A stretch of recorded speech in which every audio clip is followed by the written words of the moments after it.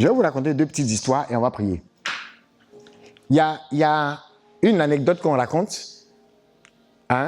sur l'incarnation. On dit quand Gabriel, c'est quand Dieu a décidé d'envoyer son fils sur la terre, c'est un conte, une petite légende. On dit l'ange Gabriel, il l'a envoyé pour aller voir qui? Petite mission vers qui? La Vierge Marie, non? Donc, Dieu lui dit, Gabriel, viens ici. Tu vas aller voir une jeune petite fille de Nazareth, là. Elle s'appelle Marie. La petite Marie, dis à ton voisin, la petite Marie. Tu vas lui demander de coopérer avec nous. Et on dit, Gabriel demande, elle a quel âge? Dieu répond, 14 ans. Il dit, et si elle prend peur? Et si elle a peur? Elle est si jeune, si inexpérimentée. Et puis elle n'a jamais vu un ange. Et si elle dit non? Est-ce qu'il y a un plan B? Gabriel demande à Dieu, et si elle dit non là? Parce que Dieu, 14, est-ce qu'il y a un plan B? Qui devine la réponse du Père? Le Père a dit quoi? Il a dit quoi? Il a répondu à Gabriel. Qui devine la réponse? Le Père de toute miséricorde. Il a dit quoi? Parce que c'est l'arrivée de son fils là qui va nous faire accéder à ce trône de grâce. Tout le secours, toute la miséricorde dont on a besoin là, c'est lié à cette incarnation. Il faut qu'il vienne. Amen. Amen. Et puis toi, Gabriel, tu as venu demander, mais est-ce qu'il a peur? Est-ce qu'il y a un viennant? Est-ce qu'il y a plan B? Dis à ton voisin, il n'y a pas plan B. Le Seigneur dit non. Le Père a répondu non. Il a fixé Gabriel. Il dit pas de plan B. Alléluia. Amen. Oh, regarde ton voisin, dis-lui pas de plan B. Pas de plan B. Tu te lèves dans ton affaire, le diable vient te mijoter quelque chose qui n'a rien à voir avec la prophétie. Dis à ta voisine, pas de plan B. Dis voisin, pas de plan B. Cette chose-là va réussir. On ira de l'avant. On te présente une situation catastrophique par rapport à ton mari. Dis à ton voisin, pas de plan B. Ah, passer à des gens, eux, ils ont plan B. Hein? Oui. D'autres vont dire, de toute façon, le gars l'a fait, on ne sait jamais.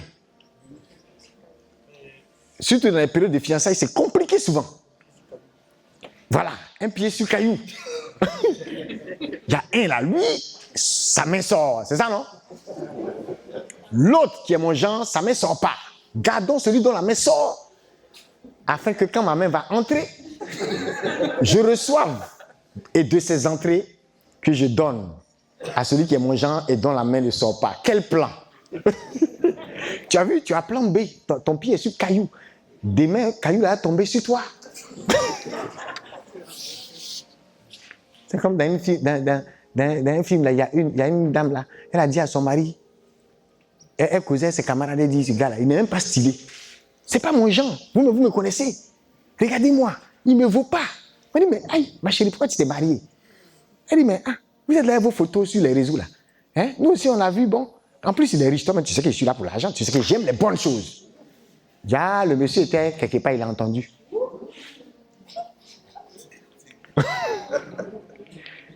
Un matin, il y a une qui vendait, je ne sais pas si c'est orange ou bien pomme là. Le monsieur, il est venu soulever sa vendeuse de pommes. Souvent dans la vie, il ne faut pas chercher palabre. Il allait mettre la vendeuse de pommes chez lui à la maison. D'après lui, il va l'aider. Elle est devenue sa femme. Parce qu'il a dit à l'autre là, tu es là pour l'argent, non? Bouffe l'argent là. Elle veut chasser la vendeuse de pommes. Il dit non, tu es là pour l'argent, il faut bouffer l'argent. Mais laisse-moi tranquille. T'es où on est là? Il y a longtemps, on dirait on n'est pas mariés. C'est moi, je suis bête. Bouffe l'argent. Non, comment tu vois quelqu'un dans la maison? Ça, non. Il dit non, il faut bouffer l'argent. Tu es là pour l'argent, non? Ils ont fini par divorcer. Et elle dit à ses camarades, alors qu'elle demandait pardon au monsieur, mais derrière, elle dit à ses camarades, il pense que quoi? C'est bien, même mon ex est revenu dans la ville. Il est riche, et puis il est beau, et puis lui, c'est mon genre. Quand elle est partie, l'ex là l'a gondolé. Elle est revenue un bandeau sur toute la tête. Pour dire, elle veut revenir. Ah, quand elle revient voir la vendeuse de pommes, elle est devenue madame. Bien sapée, bien jolie. Tiens, ton voisin, c'est pas compliqué la vie. C'est film, non? C'est des histoires vraies pourtant. Beaucoup de gens vivent ça. Plan B. Et Dieu qui regarde Gabriel, il dit pas de plan B. C'est vrai, c'est un conte. Mais c'est exactement la réalité. Au-delà du conte. Il n'y a pas peut-être ces mots plan B et tout. Mais quand tu regardes là, est-ce que Dieu même avait un autre plan? Il n'avait que pour seul plan de sauver l'humanité. Dis à ton voisin de te sauver. C'est pareil pour la croix. Il n'y avait pas de plan B. C'est pourquoi, quand on lui a dit, si tu es garçon, descends. Oui, tu es fils de Dieu, non? Dis à ton voisin, descends. Est-ce qu'il est descendu? Pourquoi? Donne la réponse à ton voisin. Parce qu'il n'y avait pas de plan B. Alléluia. Dis à ton voisin, tu comprends maintenant? Ça, c'est l'assurance. Le père même est sûr que la petite là, si elle veut, elle n'a qu'à tomber en syncope. Quand elle va se lever là, il n'y a pas plan B. Elle va accepter. Le oui, là va sortir. On dit, c'est ça non? Fiat, ça va sortir en brie. Dis à ton voisin en brie. Nous devons être sauvés en brie. Amen. On va être bénis en brie. Alléluia. Ah, est-ce que quelqu'un comprend la révélation? Ta vie doit ressembler à ça. Il y a des situations dans ta vie. Et ça, c'est l'assurance du Père. Mais c'est comme ça la miséricorde agit. Il y a une assurance derrière. Il y a une ferme volonté de nous sauver. Il y a un secours de la grâce. Et le secours de la grâce n'a pas de plan B. Amen. Alléluia. Dis à ton moyen, ça ne va pas te rater. Ça ne va pas rater sa cible. Répète à quelqu'un, pas de plan B. Gabriel, va là-bas. Va opérer la mission. Tu ne reviens pas ici sans résultat. Pas de plan B. Amen. Ça veut dire que, vrai. Si maman Marie voulait se jouer les dangereux, ça allait chauffer. Hein? Gabriel allait faire sit-in. Vous voyez, sit-in. Grève de la faim. De toute façon, il ne mange pas. Mais le jour là, il allait faire sit-in. On est là. Vieille mère. Là, elle a 14 ans, mais là, elle dit vieille mère. Tu as vu, on dit, je vous salue, Marie, 14 ans. À une adolescente, je vous salue. Et puis quelqu'un va se mettre quelque part là-bas. Il ne peut pas guérir une mouche. Il va dire, il va t'affaire de Vierge Marie. Dis à ton moyen, tais-toi haut. Toi-même, si ton propre ange gardien, quand Dieu va te montrer son visage, tu vas tomber évanoui. Ton propre ange gardien qui est avec toi. Même pas un extérieur. c'est comme tu ne reconnais même plus celui même qui est avec toi. Tu ne peux même pas tenir, même parfois, même il y a des anges même qui vous accompagnent là. Si on ouvre vos yeux, vous-même vous allez vous évanouir. Tellement ils sont, vous un peu, non? Puissants. Ils vont vous effrayer. Et c'est comme ça qu'on doit se comporter aussi. Vis-à-vis de nos frères, de nos sœurs. Il y a des situations, quand tu reviens, tu es parti avec assurance, tu as reçu le secours de la grâce. Et cette miséricorde, quand toi aussi tu retournes là, apprends aussi à regarder quelqu'un qui est à terre et à dire, coûte que coûte, celui-là doit être relevé. Arrête de regarder le petit drogué de ta famille comme si c'est terminé pour lui. Arrête de regarder la jeune fille là comme quelqu'un qui n'a plus d'issue. Je vois des personnes ici. Vous allez renverser le cours de l'histoire de quelqu'un. Amen. J'ai dit vous, par la puissance de Dieu. Ça veut dire quoi? La chanson que tu chantais, il doit revoir mon statut là. C'est toi-même qui vas revisiter le statut des gens. Amen. Vous voyez ce que ce film-là décrit d'un monsieur qui a pris une vendeuse de trucs. Et souvent, il y a des cas comme ça. Quelqu'un qui a déjà fait... Elle vendait pommes, elle avait déjà fait comptabilité. Mais les coûts de la vie font qu'elle est réduite à juste vendre orange. Est-ce que vous n'avez jamais vu? Nous, j'ai déjà raconté ça, non? Nous, on avait une nounou. La nounou de notre troisième enfant. Elle est... C'est-à-dire, quand elle venait, elle n'avait pas... Je ne sais même pas si elle avait fait... Elle n'avait pas le bac. Elle a eu bac. Elle a fait BTS. Elle a eu stage. Elle a commencé à travailler. Elle s'est mariée. Attendez. C'est-à-dire, tu ne peux pas la voir aujourd'hui et puis dire qu'elle a été déjà nounou. Et ce genre d'exemple, il y en a plein dans votre entourage. Vrai ou faux? Il y a beaucoup, ou bien? Vrai ou faux? Des gens sont passés à Hébron ici, ont été formés. Aujourd'hui, on leur licence. Il y a des jeunes gens qui, quand ils venaient à Hébron à une activité, ils avaient arrêté les études. Mais ils ont fini par avoir des stages dans des entreprises parce qu'ils ont terminé leurs fameuses études. Ils ne ressemblent pas. Ce qu'ils ont fait comme dégâts dans leur vie, là, ça ne ressemble pas même à ce qu'on voit d'eux aujourd'hui. Vous comprenez? Il n'y a pas de plan B. Alléluia. Tu dois avoir aussi cette mentalité d'aller jusqu'à proposer ce secours de la grâce là. D'aller le rendre disponible pour tes frères, pour tes soeurs. Amen fort. Amen. Alléluia. Est-ce que tu comprends ça? Dis à ton voisin, pas de plan B.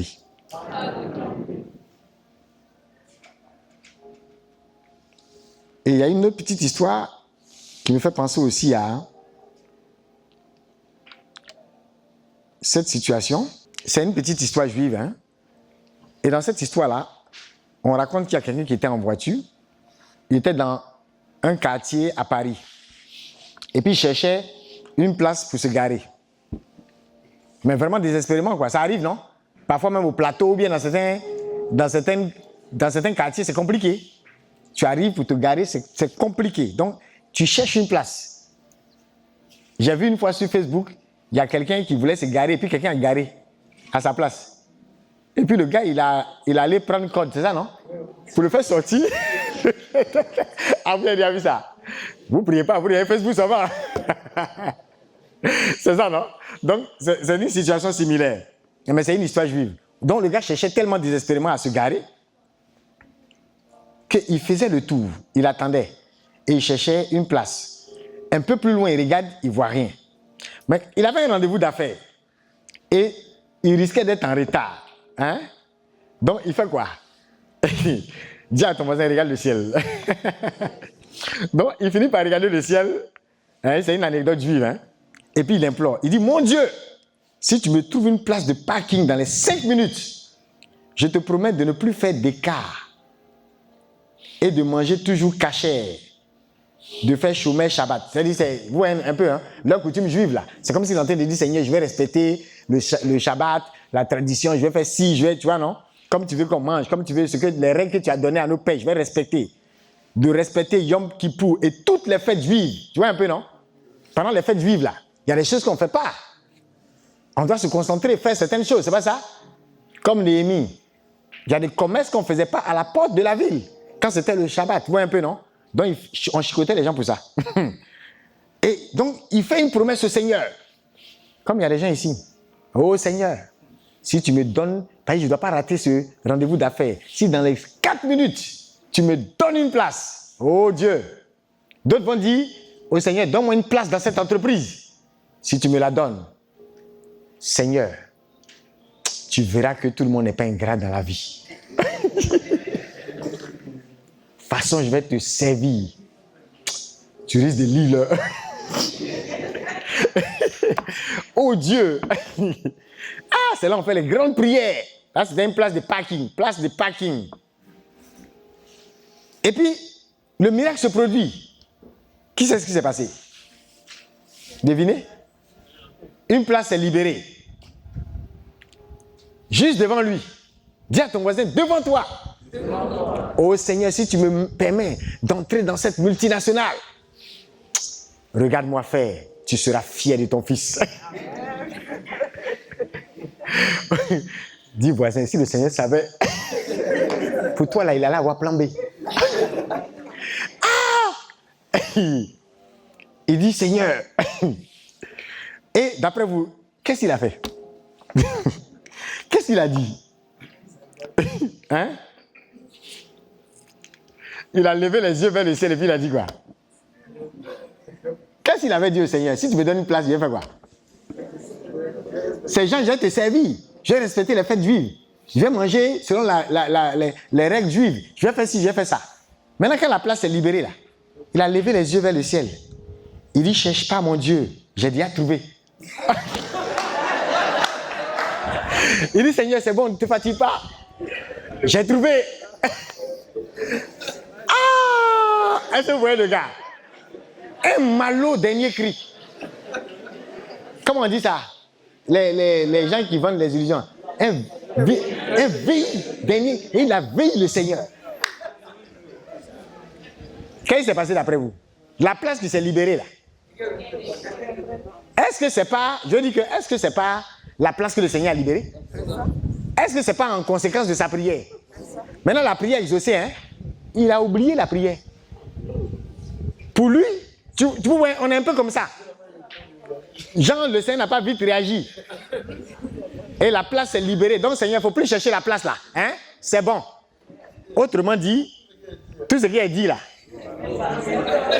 Taper poteau. Dieu même a tapé poteau. Dis à ton frère, Dieu va chercher plan B te concernant. Si tu ne fais pas attention. Amen fort. Vous voyez comment on est? Ça dit que Dieu, il n'a qu'à être miséricordieux envers nous. Pour nous trouver une place dans son cœur. Une place en entreprise. Une place en famille. Une place même dans le parking du plateau. Une place partout. C'est pas ça? Mais quand il nous trouve la place maintenant, nous, on dit, il n'y a pas pitié dedans. À moyen. C'est ça, non? Tout le monde devient rappeur maintenant. C'est là maintenant, on sort maintenant les choses. On dit, Seigneur, on dit, il n'y a pas pitié dedans. On va dire, mais mon ami, ce n'est pas le résultat de ta prière. Quel est le résultat de la prière? Et puis c'est maintenant, ils vont devenir scientifiques, hein, ce genre de personnes-là.